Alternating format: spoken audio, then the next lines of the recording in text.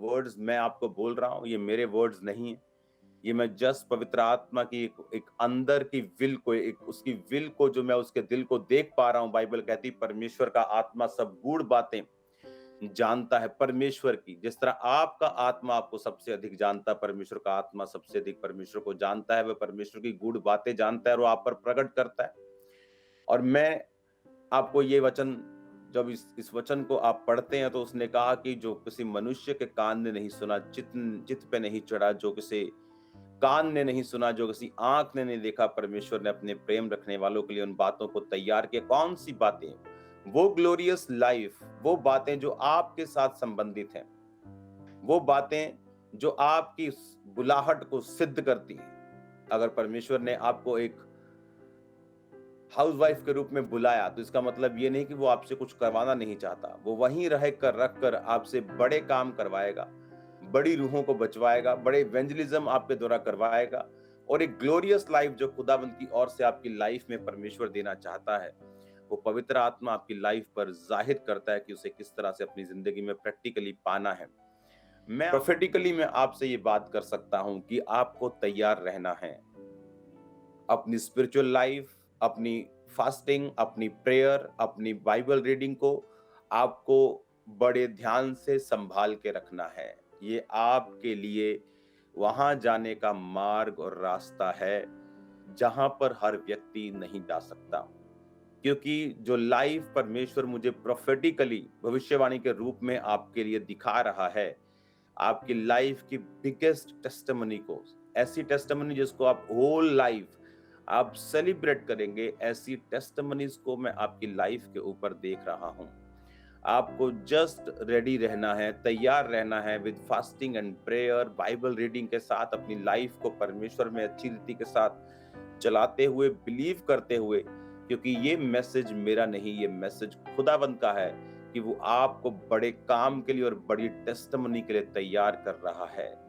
तो इस बात को हमेशा आपने ध्यान में रखना है कि अगर परमेश्वर की मर्जी आपकी लाइफ में है और वो कुछ आपकी लाइफ में बड़ा पैदा करना चाहता है, तो इस बात को शैतान सुनता भी है और इस बात को पार्शियली वो देखता भी है और हल्का हल्का सूंघता भी है कि उसे मालूम है कि कुछ बड़ा इसकी लाइफ में होने जा रहा है।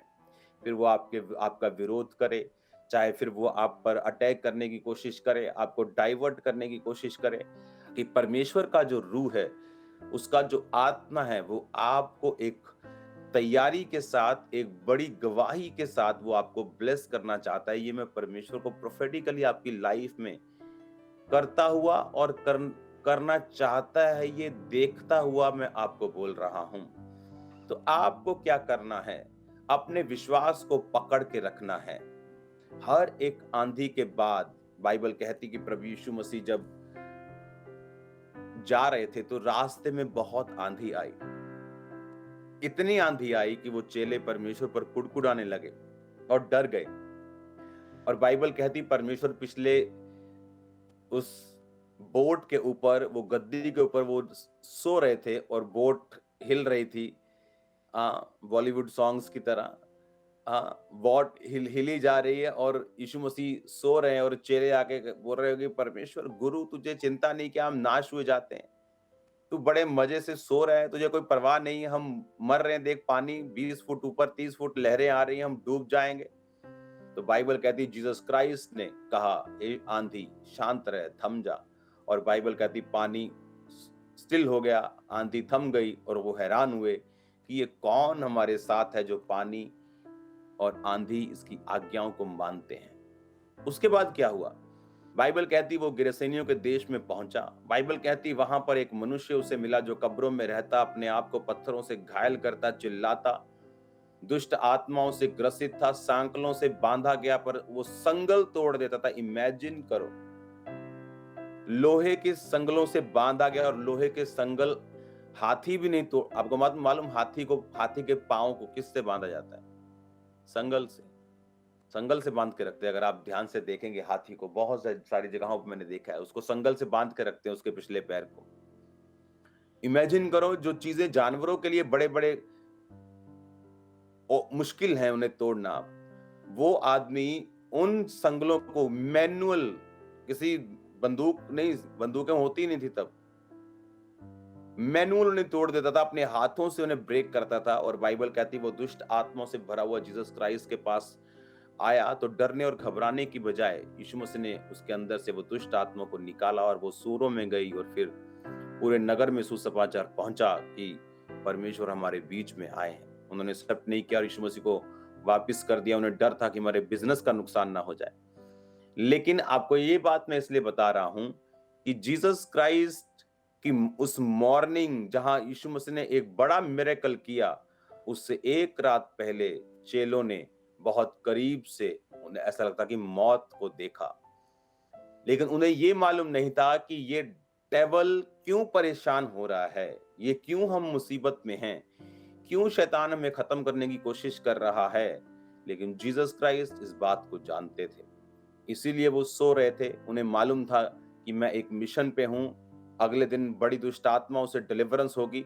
और सिर्फ वो दुष्ट आत्माओं से डिलीवरेंस नहीं, बाइबल कहती है जब वो दुष्ट आत्माओं से निकला हुआ बंदा, जब बाइबल कहती कि जब यीशु मसीह के पास सचेत बैठा देख, सचेत मतलब पूरी आंखें खुली हैं और बिल्कुल बंदों की तरह बैठा है, वो नंगा रहता था। जब चेलों ने अपने कपड़े दिए होंगे और वो पूरी तरह से बैठा, और लोग जब आए और लोग देखकर हैरान हुए कि ये तो वही पागल है जो हमारी कब्रों में रहता है। और बाइबल कहती पूरी तरह से हील, डिलीवर और खुदावंत के साथ जाने की वो जिद करने लगा और परमेश्वर ने उसे गवाही देने के लिए भेजा। इमेजिन करो, यीशु मसीह को वो बातें मालूम थी। आज जो लोगों को मालूम है कि उनकी लाइफ में एक बड़ी गवाही परमेश्वर तैयार कर रहा है, क्योंकि आने वाले दिनों में मैं देख रहा हूं परमेश्वर का आत्मा, जो लोग, बहुत सारे लोग गवर्नमेंट जॉब्स में होंगे पंजाब में, ऊंची पदवियों के ऊपर होंगे पंजाब में। परमेश्वर के दास के द्वारा टीचिंग्स को सुनने के लिए, अनाउंसमेंट्स और अपडेट्स को जानने के लिए आप हमारे YouTube चैनल को सब्सक्राइब करें और साथ में बेल आइकन को दबाएं, ताकि जब भी कोई नई अपडेट हो तो आप सबसे पहले जान सकें।